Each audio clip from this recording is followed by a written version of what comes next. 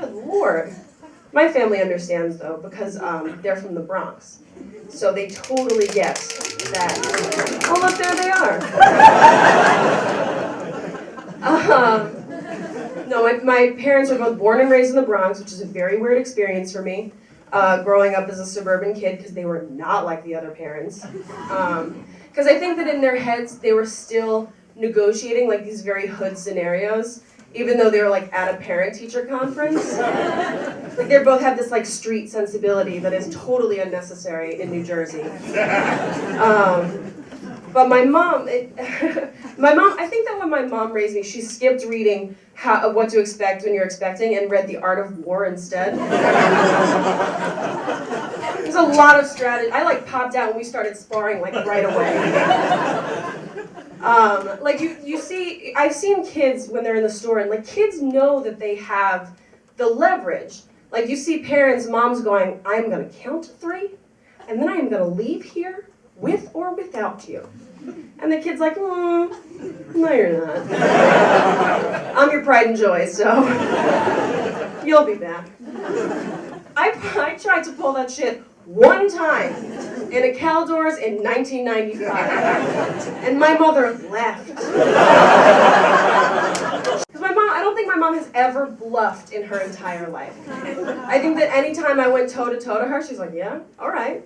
But the cool thing about it, like my mom just handles her shit, you know? Like my mom told me one time that she knows that she's capable of killing a human being. Sorry for all the murder. She told me she knows she's capable of killing a human being if necessary, because one time in the 80s in the village, so like let's set the scene here, she was in her car trying to leave a party, and a bunch of like drug-addled dudes surrounded the car, and like clearly getting ready to attack her. Scary stuff. I totally understand why she is the way that she is. But rather than being like, oh no, what do? I'm surrounded and they're gonna get me, but I can't move. She floored it. She was like, you gotta do what you gotta do. They'll get out of the way or they won't, but I'm out of here. And I think she approaches all scenarios with that same like spirit in mind. Like, handle your shit, zero-sum game. But the cool thing is that then she like brought me up to do the same thing. Like that's the reason I'm such like a punchy person, I think, is because like this is how I was raised.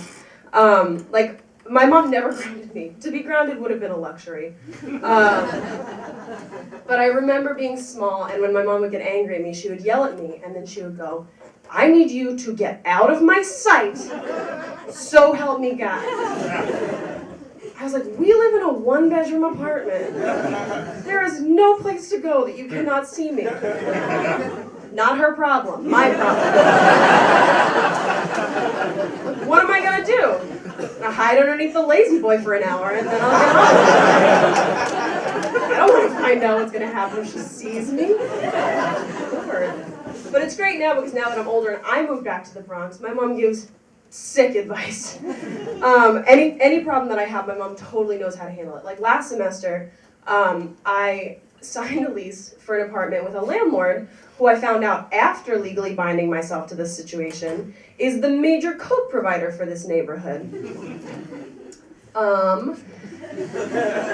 And he would like make advances on me, and it was like really scary and gross, and I didn't like it, but I was afraid to say anything because he had like mafiosos following him around, and I didn't want to get involved in that. I said, Mom, this is really scary, like I don't know what to do. My mom was like, tell him to fuck off. I was like, he'll hurt me. She's like, here's what I know. Bobby's been to jail. Bobby don't want to go back. You tell Bobby that, he will leave you alone. She was right.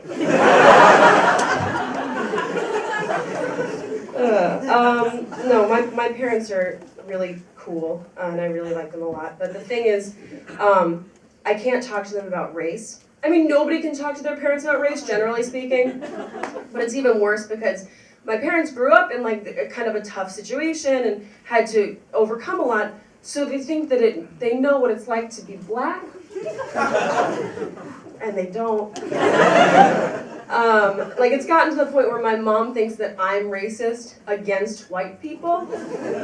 I tried to explain to her that that's not possible. You can be mean to white people, But there's nothing you can say to bring the weight of racial oppression against a white person. But my parents, they think that they understand. When we have these conversations, they'll go, well, we used to get hassled by the police for no reason too. We don't think it's a racial thing, we think it's just, it's a Bronx thing. Like, what were you doing when you got hassled by the police? Well, we had a keg in the high school parking lot at lunch. Yeah, that sounds like you doing illegal shit. And the police came to deal with it.